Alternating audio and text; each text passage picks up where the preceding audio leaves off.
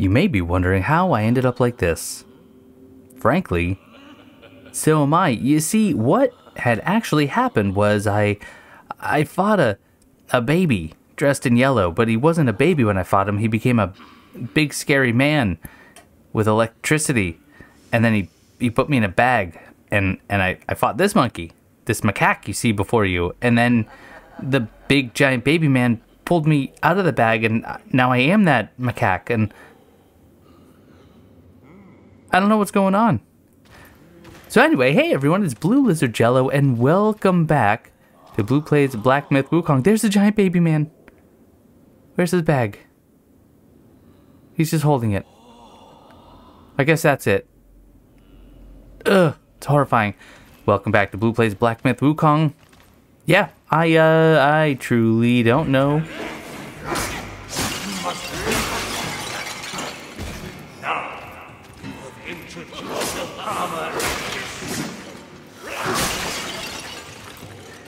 Don't know what's going on here.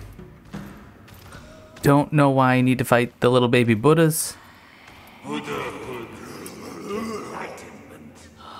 Such enlightenment surely would grant you Buddhahood. Okay, now we got some clay vajras to kill.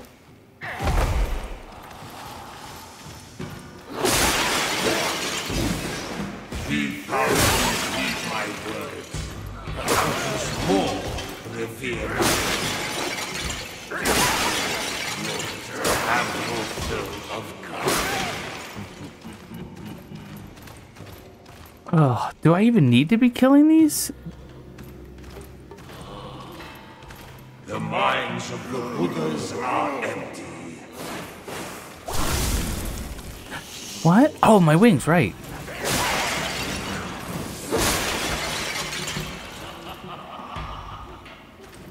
There's not a single part of me that likes this. In the sixth part, all souls carve at the earth. Even the sky and earth.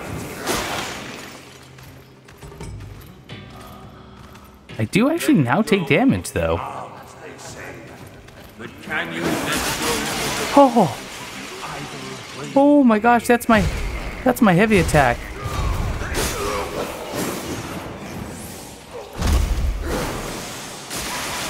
Oh. Heap upon your head as you find no escape in your suffering. An ultimate nirvana I shall grant you gladly.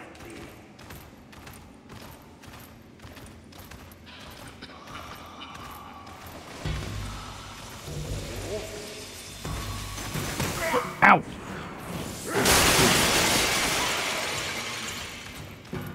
Ooh, something's actually about to happen, isn't it? Having traversed the gardens, do you not feel ready?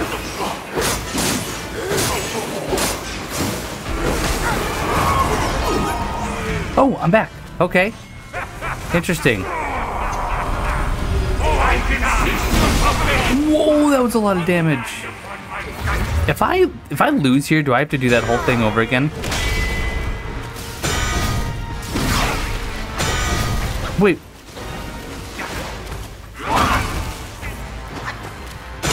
I can't damage you.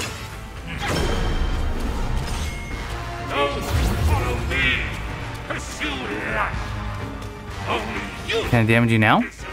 Nope.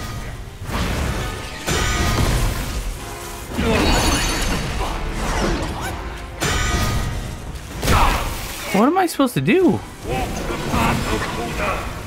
Go within, not without. Oh, I actually broke his armor.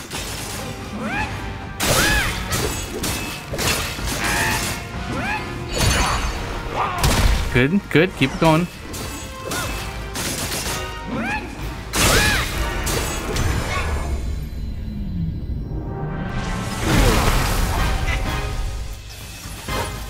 Thou shalt revere, or thou wilt never cease here. Behold my Mahavira hall. How can Mount Lingsa match its magnificence? Who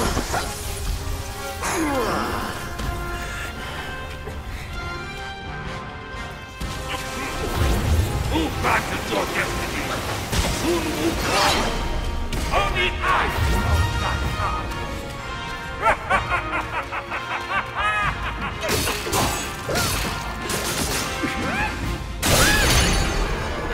Keep going.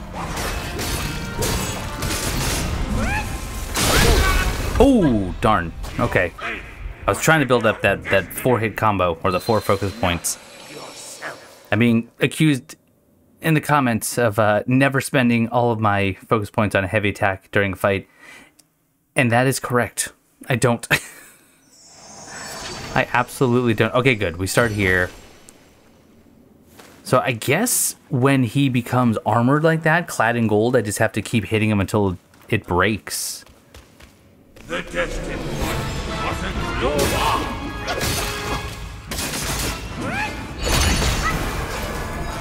Okay, so now he's golden. I shall meet you in combat. Oh, gotta remember to actually dodge that. Apparently that's gonna be key. Who knew? Flesh and bones are but a decaying form.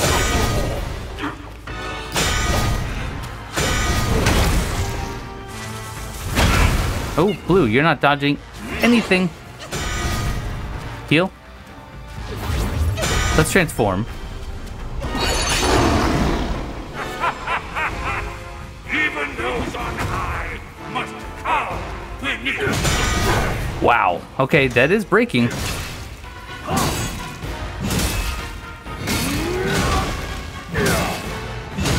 This is great damage. Keep it up. And then Windwalker.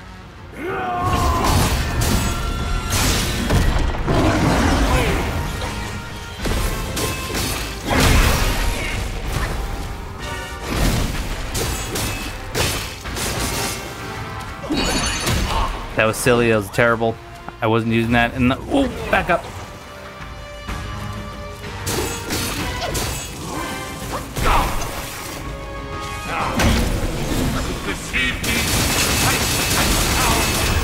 That was really, really good. Focus build up. Okay, can I skip this cutscene, hopefully? Thou shalt no fear. You seek the land of death. There is only a place. Oh, get out of that. Oh, I'm stuck in that. That's interesting. Oh, it's not interesting. It's horrible. I can see. Can I seriously not get out of that once I'm in? I have a ring of fire. He's got ring of lightning.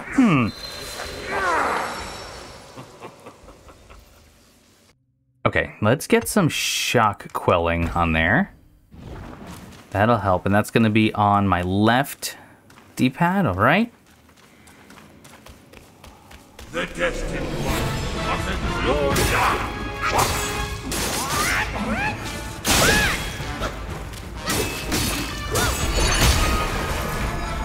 Okay, clad in gold.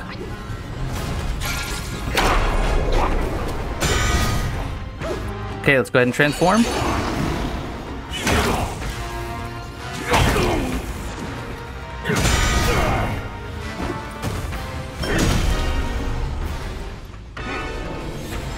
Get up there, go, go, go, go, go, go, go. Okay, he's breaking. And he's broken.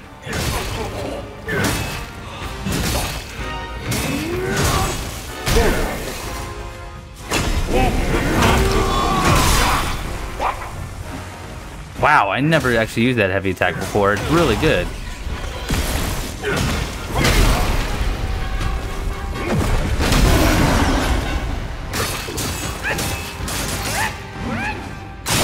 Okay, keep the stagger going. Oh, the cutscene, I just used my spirit. So far, so good, though. Technically no damage on me. Or thou wilt never.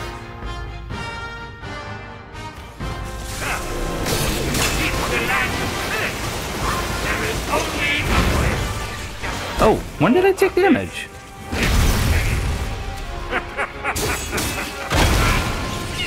Still taking damage.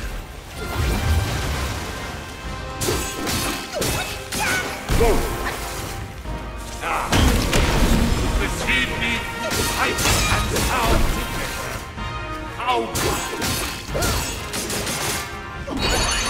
Good, perfect. Another cutscene? Oh no, he's turning gold. Oh shoot.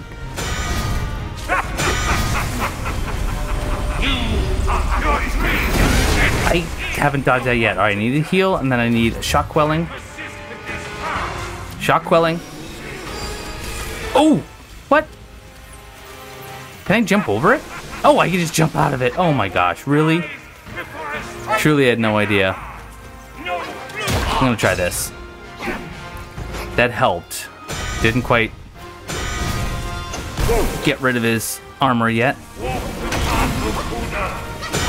There we go.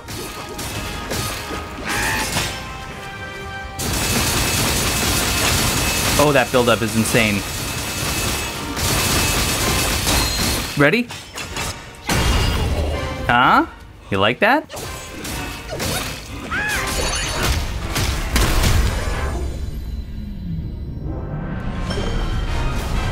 What's going on? Okay, good. It's just a cutscene. About my sins is how it utterly demons all who enter.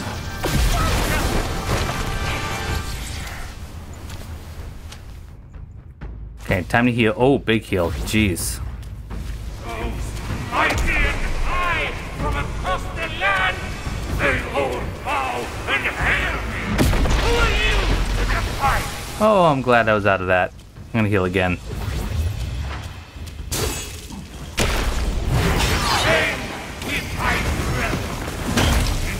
What is going on?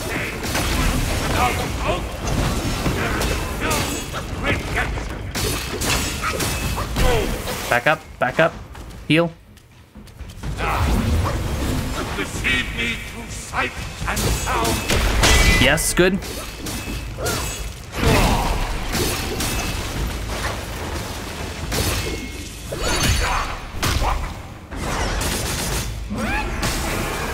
Oh, no, I had the transformation. No.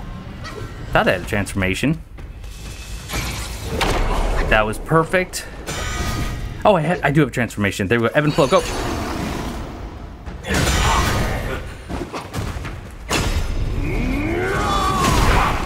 Beautiful. Knocked his armor off.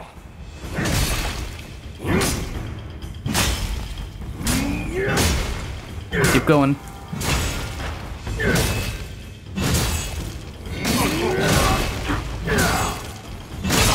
Can I get the Wind Waker off? A Wind Walker? Nope. Oh! Heal.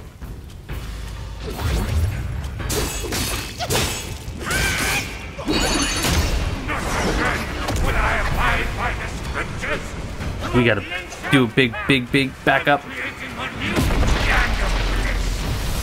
Okay. I'm gonna try this. Oh, that didn't kill him. Oh, we got him. I got greedy and we got him.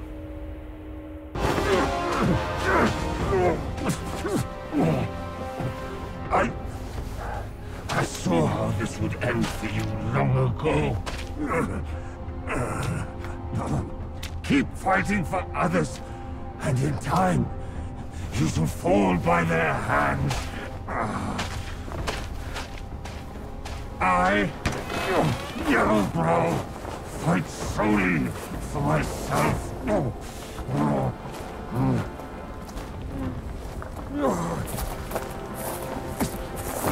I haven't lost. I will not lose.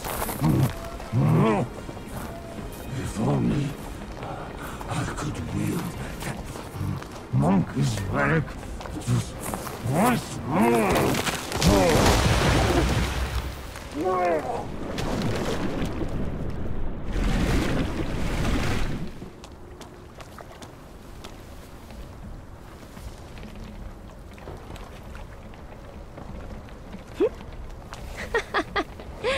This This rogue stole my seed sack and fled here. With Wukong's relic, he made it a soul-snatching vessel. He also took my look and my name to trick his old foes into vengeance. Ow. Gah, you potbelly! I should have figured out it was you. Forgive my little deception. Stolen once, I buy it. Stolen twice, I doubt it. Your doubt is fair. I shouldn't have underestimated his nerve. I meant to subdue him myself, but you two were swifter. Fortune favors you, Bajie. But I see great potential in this young one. He might just be... the right monkey. Enough of this empty talk.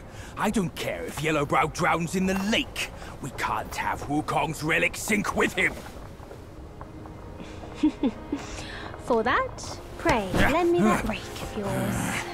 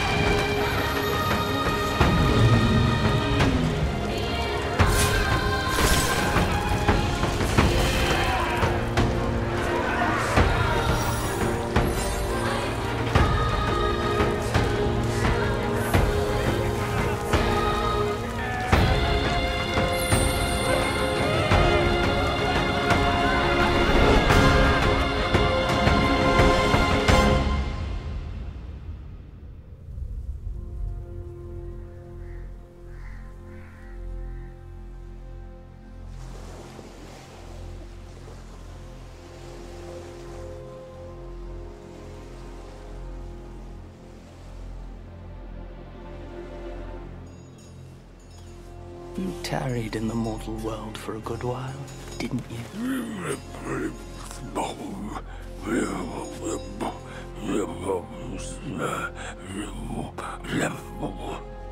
Speak clearly. Once again, I proved it to you, Jinshanzu. You chose a means to an end, not to a proof. You sow chaos in hearts just for the sake of winning. How absurd and pathetic.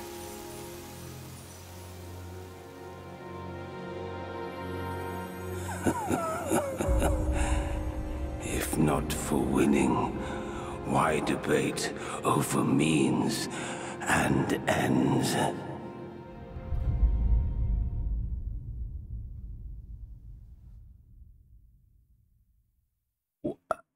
That stone monkey What? merely named himself a sage. Yet this altar boy dared to found his own faith and proclaim himself Buddha. Your faith is firm and will unwavering. You resisted his lures. All those who were high and mighty found their minds lost and their faith stained. But was it truly because of their devotion to Yellowbrow? As you braved ice and snow, did the stench of shattered ego reach your nose?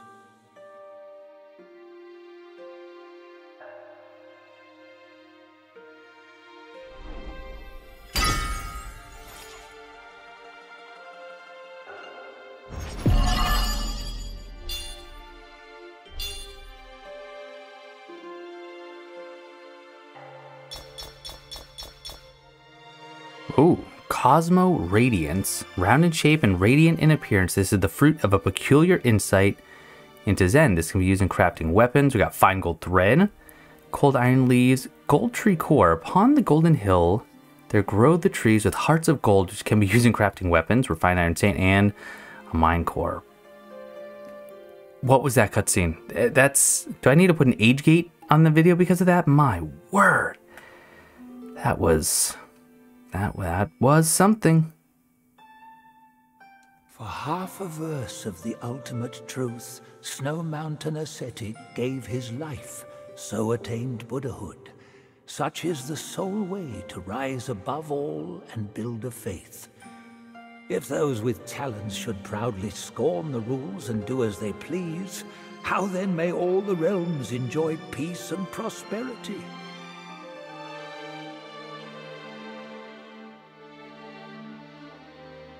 The journey entailed an arduous road. The monk had his disciples, and the 18 Dharma Guardians, the 12 Zodiac deities, the 5 directional guides, and the 4 temporal overseers. Each boasts unique powers. Should your paths cross, strike up a connection. Shanu of the North, the vanquisher of Yaoguais. The Jade Emperor once ordered him to purge the world of evil. The turtle and the snake were his generals back then. Alas, the snake general can no longer join the ranks, and Shanu is no more. An edict for rats turned a son against his sire. Vowing to draw the line with Yaoguais, he left his home in fury, never to return. Now an old grudge lands him caged, and he recalls his home at last. But with loved ones lost, where can one find home again?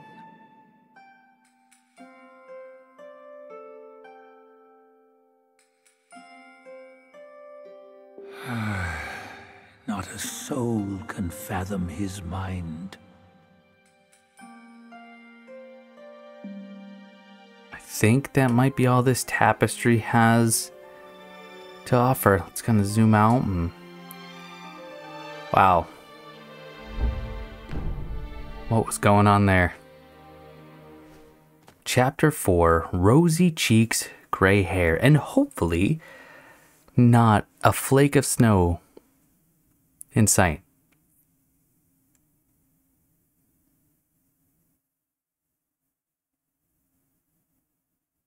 That was a long chapter. That was an interesting chapter. The pagoda, as challenging as it was a really interesting area. And I'm super curious to see what happens with the Great Pagoda. God, my ass. My bones are cracking from lugging this load. Step it up. We gotta catch that feast on time. Hear me out. They say that hag has her quirky ways.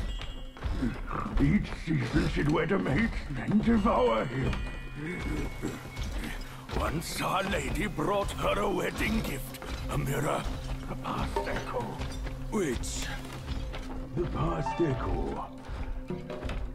The lady often speaks of it with regrets. I wonder why. Let me finish, will you? The hag got the mirror and looked into it, and for no reason at all, she threw it away. That soured our lady's mood. She stopped visiting since then. Gibbering and jabbering. Couldn't even catch a wink of sleep this whole time. What? Who's in there? How dare you spoil the gift from her own son?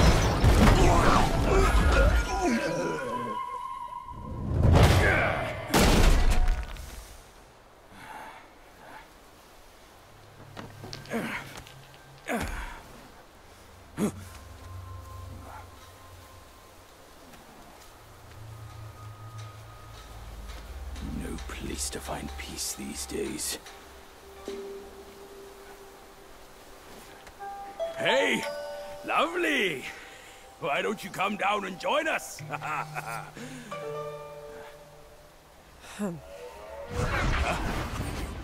Leaving so soon? Why the shyness? New Lesser Yaogwai anecdote. So, did I really just get a portrait because of creatures that, is it BJ killed? I'm running backwards just because it's allowing me, so you gotta wonder what's hiding back here, yeah? Well, this is gleaming pretty brightly. Okay. Got some will, why not? Yes, I could have, ooh, 540 now. I wonder if it changes per chapter. That's pretty significant. I swear that these ingredients are actually glowing more. I can't recall any recent update, but hey, why not? Makes it easier to find. Well, chapter 4. Let's just go a little ways in. Probably until we find our first Keeper Shrine before we go ahead and call it. And of course, we're going to be getting loads of new... Hey, licorice. Even the utter trash finds a picker. Rude. But yeah, we're going to be getting loads of portraits now that we're in a new chapter. And I'm sure we have one... Actually, do we have one for Yellowbrow?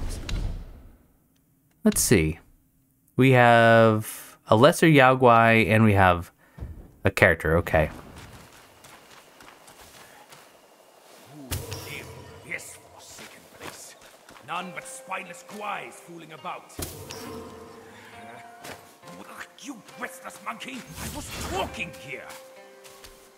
You can talk. I'm picking ingredients. Really excited to see what new weapons I could potentially craft. Uh-oh. Village of Langxi. This place still looks the same. Here. I will leave that alone, and that's exactly why.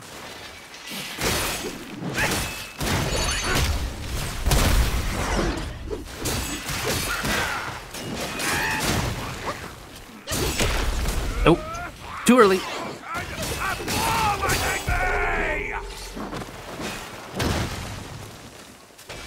That guy's quick. Alright, someone down there with some lanterns. We'll leave that in case I need to run back and get a heal. Alright, down into the moat, it looks like just... Look at this splendor. What's the rush? All Yeah, I'm just grabbing some lotus and a will. Oh, that's poison.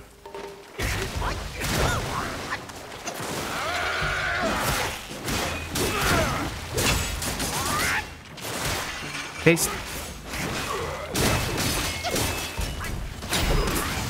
Good. Don't get poisoned. There we go. Excellent. You know, he's dead, right? Been dead for a minute. Okay. A little overzealous. Ooh, definitely looks like I should be able to go up there, but I guess not. All right, fair enough. Let's head right into the heart of the village. Oh, something big up ahead. And again, we'll leave. Yeah, we'll leave that will.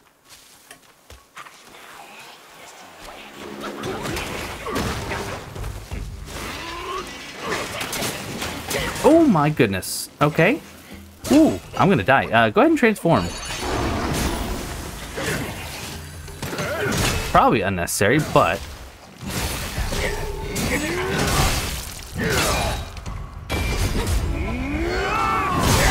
Beautiful. Wasn't there someone else? I thought I was getting shot at by something else. Alright, let's just de-transform then. You better transform than this. Rude. I'm still learning. Like, I bet he did. I'm also not Wukong.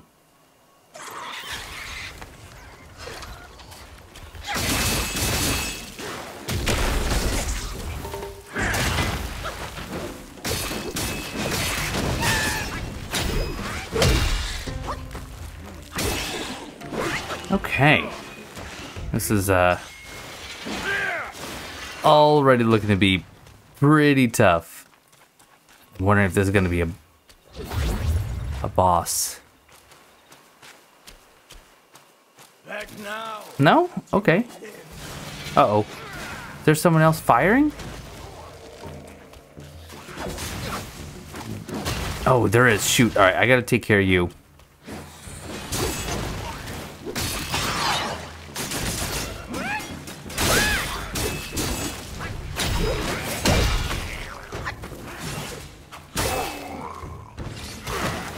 Hey, you're doing really well. I love this spirit because you actually have to time it, and I think that's really cool.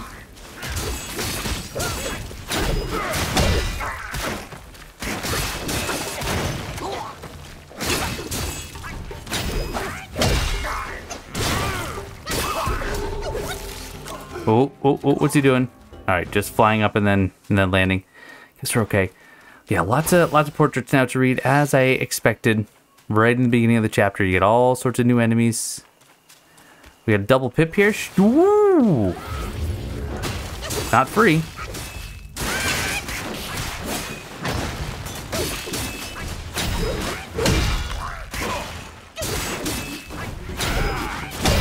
Perfect.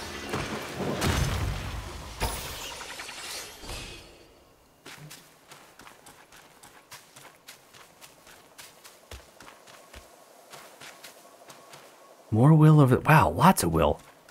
Wonder if actually going down is the right way forward. I just want to get to a keeper shrine and read some portraits.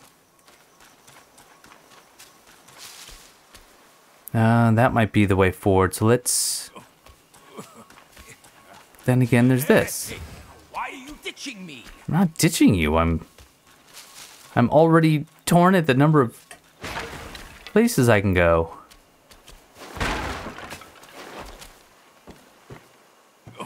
I'm probably going to regret absorbing all these, but yeah, you know what? Let's leave them. Why are you ditching me?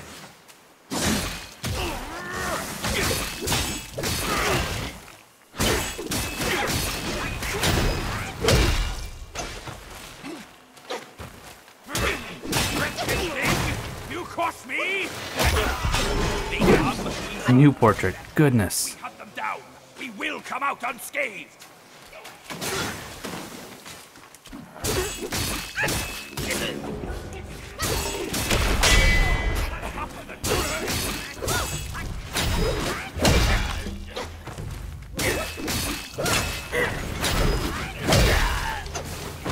Excellent. Good. Where's the other one?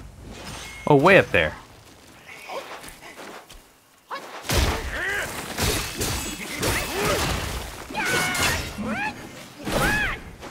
Was one dead?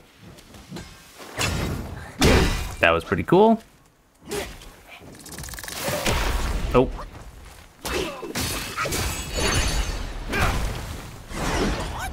Vessel, stagger, good.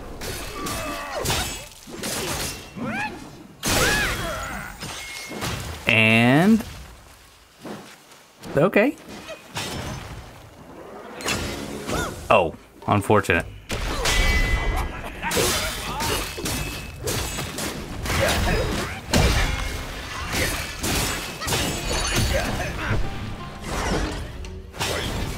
There we go. Beautiful. Well, okay. There's a nice shrine here, kid. We should take We're going to. I was just looking at the door. All right, yeah. We're gonna go ahead and rest here, and I am gonna call it a part there. I know not a whole lot happened because, well, we had the Yellowbrow fight, we had the end of the chapter. Ew, spiders. Cutscene. But for anyone, well, we'll take a look at the store and everything just to see if there's anything new. We can buy some fine gold thread, which would be nice. Okay. We can also sell. I have 62 of these.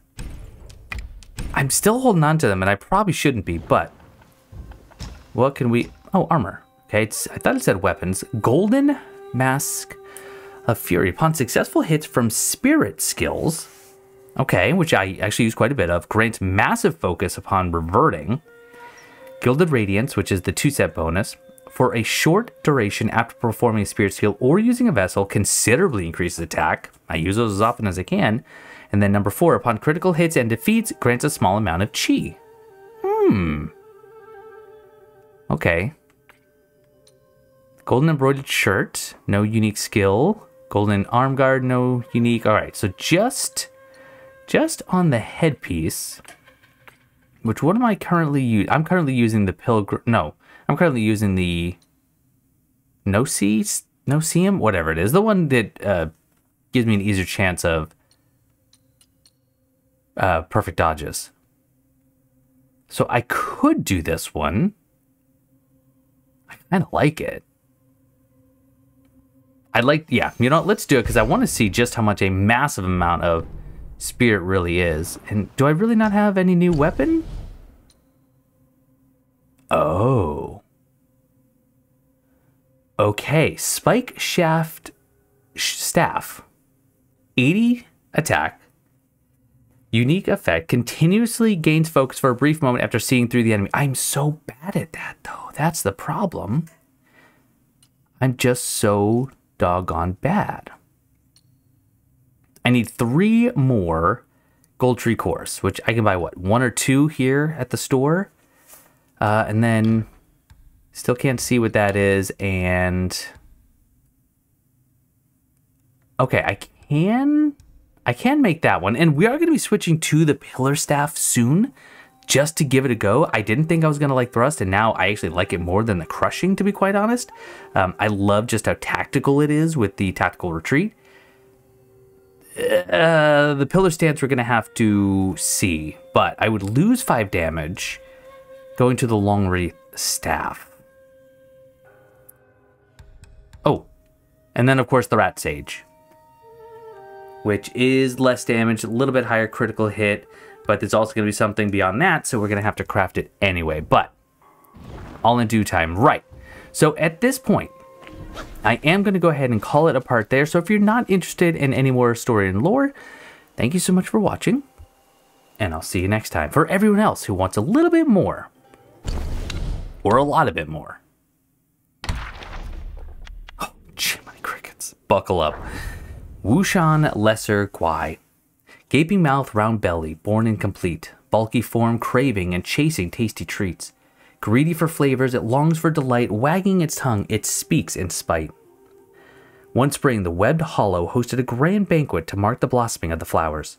A young Gwai from Mount Wushan, having presented the gift, saw the ladies chatting and laughing at the feast, and decided to join the other Gwais in the cave for drinks and merriment. A few cups in, the Gwais began to jest with each other. A pig Gwai remarked, "I'd rather live in this rich cave of yours, with banquets for every season and festival. Back in our place, the ladies too strict to allow any fun." A proud insect Gwai responded, "Our ladies in the cave often host banquets to keep the mistress company. We may not compare to the halls of the celestial court, but our second lady has some business in the mortal world, so we're not short on silver.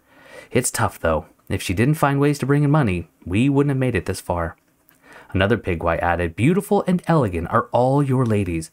I wonder which celestial mountain is fortunate enough to be where they might start their new families." The insectwai laughed. "Our ladies can't leave this place. The businesses outside are managed by carefully chosen people. Since we only take bridegrooms who marry into the family, the talented ones don't want to come, and the ladies don't fancy those who do. Look over there. Those 4 scorpions, their family is in decline, and their descendants are unworthy. Only one is somewhat acceptable, but not one of our ladies would marry him. Whoever gets unlucky will marry him on a fateful day, so they say." The gwais laughed heartily, enjoying themselves, when suddenly there was a shout. "Oh no, the ladies are quarreling." A panting pigwai in charge ran over, shouting, "The mistress in the cave has lost her mind. She got into a fight with our lady over a few words from a maid and even smashed the very gift that was brought." The gwais were all startled. The clever ones quickly wrapped some food in lotus leaves and handed it to the pigwais as an apology. "Next time, we'll make sure there's no misunderstanding. Sorry for spoiling the fun." All right. The pigwais took the food and hurriedly followed the steward out, asking what exactly happened. "Who knows? It's all too odd. Every time we come, there's a commotion. I've heard their mistress is always quite muddle-headed." And then we have the puppet spider. That is creative. Bad nose, crooked mouth, sharp fangs, poisonous and thick. Check the ears, cut the forehead, and the face has 8 eyes and ugly appearance. Long ago, a woodcutter lived deep in the hills.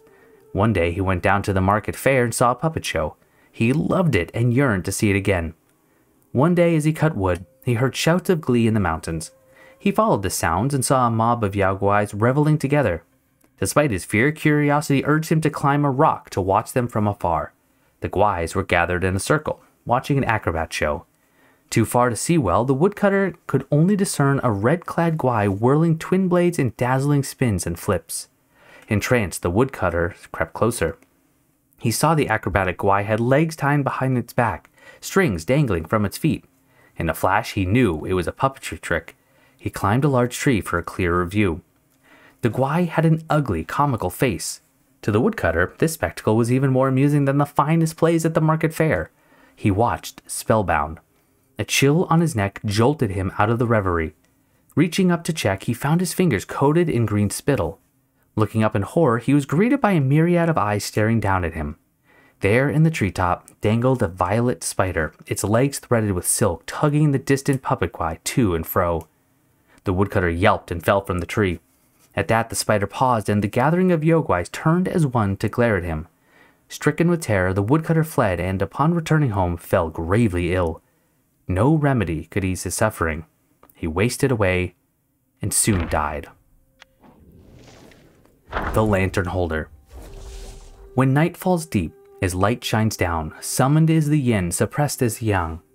Like harvesters hastening before the dawn, he reaps with his blade and souls are gone. The insect gwais loathed patrolling after dusk, as their instinct to chase after light made the nighttime perilous for them. But luck favored them when a tribe of pale-faced yakshas from the west of the place, having traversed the world, chose to settle at the webbed ridge and volunteered for the night watch, a task that insect gwais were only too happy to relinquish to these newcomers. The yakshas are proud and fierce by nature, turned into feral Yaoguais, yet they still clung to their old ways in the days they were revered. They kept to their own, with lanterns lit from dusk to dawn, and rarely mingled with the insect gwais. To the latter, they were a curious sight, with their merriment and banter that paid no heed to hierarchy or status.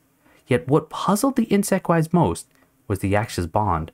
Close-knit in joy, yet they'd often erupt into disputes and hurl sharp words with no restraint.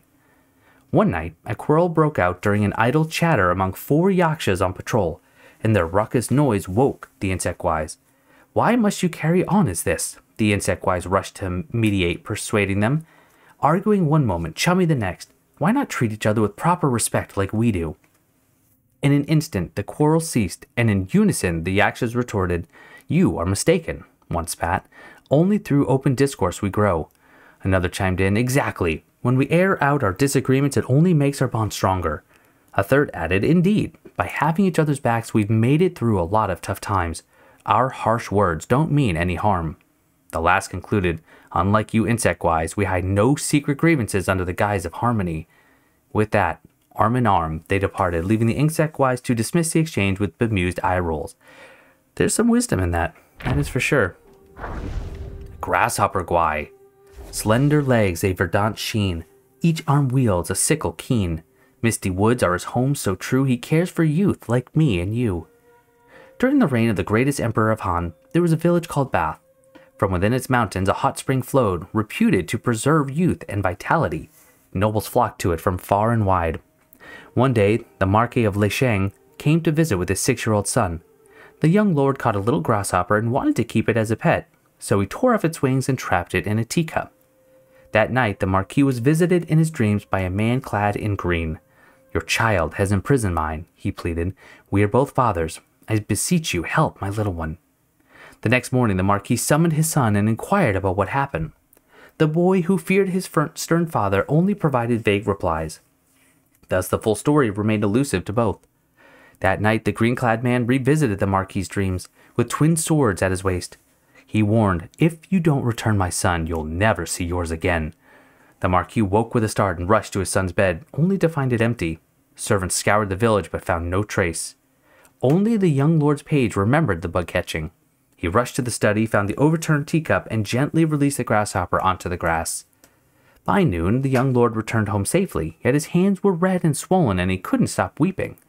When questioned about the events of the previous night, he sobbed.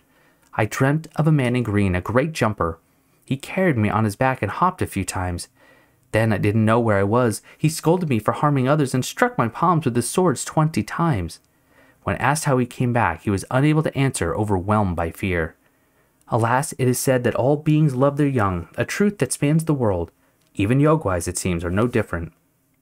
In the late years of the Han, the hot springs and baths suddenly dried up. Insect-wise sprouted in the hills, so the villagers moved down the mountain. A decade or two later, the area came to be known as the Webbed Ridge. The Dragonfly Gwai. Fly through the flowers and willows to shoot hidden arrows. Flap your wings and ride the crooked wind. It is difficult to achieve good deeds with small wisdom, and 2s and 3s block the way. There was a dragonfly Gwai who loved archery. His mother saw his gift and used her connections for an opportunity to have him training under the Yogwai king of the land. To the king, the dragonfly Gwai seemed like a diligent and talented student.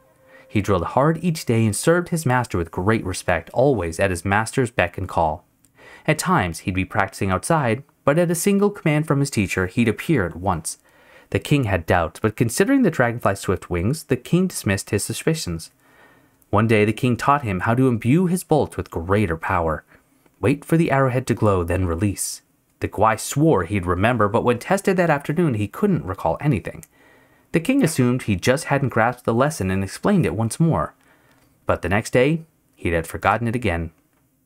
This pattern continued. The Yogwai king flew into a rage and set to punish the Gwai.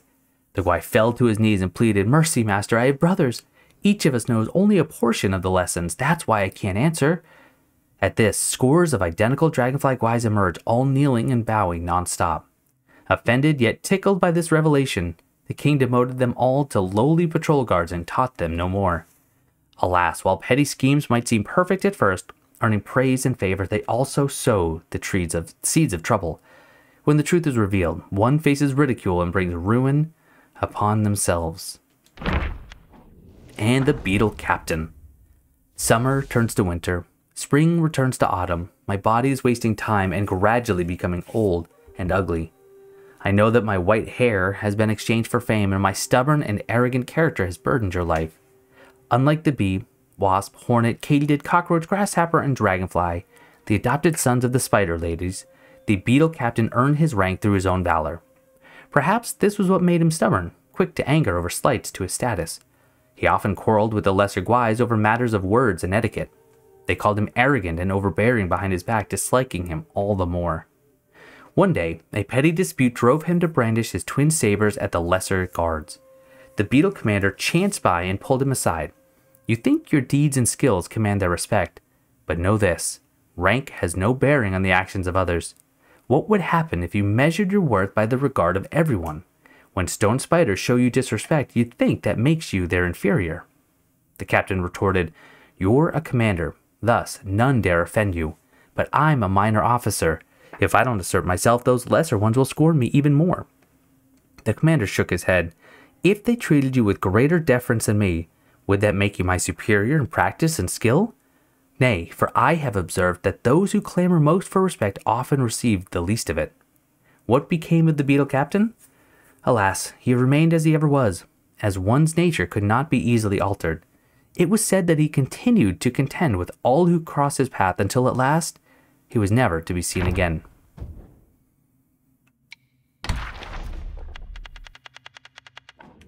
And we do have one for Yellowbrow. "Indulging in desires, I am carefree. No fears, no sorrows, just pure glee. In land of bliss at the 8 precepts, I laugh with delight. Inherent, nature blooms, a tower of light." In the west, on the peak of Mount Lingshan, 2 men sat facing each other. Clouds billowed and the air crackled with tension. The young monk looked up at the sky, then pressed his palms together and bowed to another monk with brows yellow. "Our masters are all here, brother. Are you ready?" The Yellowbrow monk smiled and returned the bow. "I have been ready for some time." The Ulambana assembly, held once every 500 years, had come to the stage of debate for graduating disciples. The young monk raised a hand, signaling his brother to ask the first question. "Tell me, brother," said the Yellowbrow monk, "what is the meaning of life?" "To seek truth," replied the young monk. "And what is truth?" "The way all things move, the primary law of the universe." The Yellowbrow monk said nothing, but brought out a flower. Its petals, first drooping, gradually unfurled in glorious bloom. Gazing at the flower, he said, "Observe it. By following its nature, it undergoes such wondrous changes." He then gently sniffed the flower and said, "Every flower that blooms releases a unique fragrance. This is the essence of its life, bursting forth for its own propagation." He let go and the flower drifted away. To feel such a moment to the fullest, that is bliss. The young monk shook his head. "A moment's pleasure leads to an eternity of pain. One will be trapped in the cycle, never at peace." The Yellowbrow monk said, "On my recent journey down the mountain, I saw parents who, driven by hunger, exchanged their children for food. I saw dissolute sons of wealthy families who, consumed by lust, brought ruin to the moral order." The young monk frowned, looking at his senior brother. The Yellowbrow monk continued, "I saw learned scholars who, craving glory, suppressed the dissents. I saw great generals who, thirsting for gain, massacred entire clans." The young monk remained unshaken. He said evenly, "Brother, do you not see? Those parents who traded their child for a meal will regret it all their lives. Their dissolute sons, living without restraint, died in an instant with their joy. The scholars who suppressed dissent, once they fell from power, were reviled by all. The generals who loved slaughter, they could never rest easy, undone by their own sins." The Yellowbrow monk retorted, "Nonsense!" The young monk was slightly taken aback. "Nonsense?" Their struggle, their joy, their determination, and their pleasure, their endless cycle of sorrow and ecstasy never ceased and never sated, said the Yellowbrow monk. And this is the very source of the boundless vitality across the 3 realms. How then should it not be the true meaning of all life? And those who set themselves up as false idols, given time, their pretensions are always unmasked. They become a joke in nursery rhymes and a laughingstock in the pages of history. Brother, why do you praise the suffering of karmic cycles as you spurn the truth of liberation and enlightenment? The Yellowbrow monk said, "Brother, without joy and sorrow, what is there to enlighten?" The young monk said, "Where lies enlightenment? It is but suffering, plain and clear." The Yellowbrow monk bellowed, "In pain one finds revel, and in revel pain. Without both, there's no redemption." And lastly, we have the Keeper of the New West. Divining fate, he plays his part, in worldly guise a cunning art. He laughs at fools who seek their fate, for luck and doom the heart dictates. The celestial court often favored guise of plants and trees in the selection of keepers. The Keeper of the New West, however, was renowned for its being a feathered deity of wind. This keeper, unlike others, cared not for tending the soil or sowing seeds. Instead, he had a unique penchant for divination. Though he hailed from the west, chanting sutras was not his calling. His true talent lay in the ancient art of yarrow stalk divination, where he skillfully foretold fortunes and misfortunes. The New West was flanked by the Thorn Ridge to the east and the Seven Perils Mountain to the west, both treacherous places scarcely visited by travelers. Guarding this area, the Keeper compelled every passerby to have their fortune told. Under the guise of interpreting the divination, he would set up intricate traps. Travelers, eager to avoid misfortune, would unknowingly fall into the Keeper's schemes. One day, a traveler passed through, and the Keeper, as usual, insisted on reading his fortune. The reading revealed a bad omen. Terrified, the traveler begged the Keeper for a solution. The Keeper, feigning mystery, claimed to have a secret method to turn misfortune into fortune, but it required a hefty payment. Desperate and believing him, the traveler handed over all his money. The Keeper then directed him to a narrow, winding path, instructing him to proceed quickly. Following the Keeper's advice, the traveler safely crossed the ridge and the mountain. Observing this, the Keeper laughed and said, "The art of divination lies not in the omens, but in the heart. Where the heart leads, there lies fortune or misfortune." The tale spread, leaving everyone amazed. From then on, those who passed through felt fortunate to have their fortune told by the Keeper. Wow, still missed 2 meditation spots in the New West. But we can always go back. That's going to do it for this episode of Blue Plays Black Myth Wukong. Thank you so much for watching. Hope you're still enjoying. And I'll see you next time.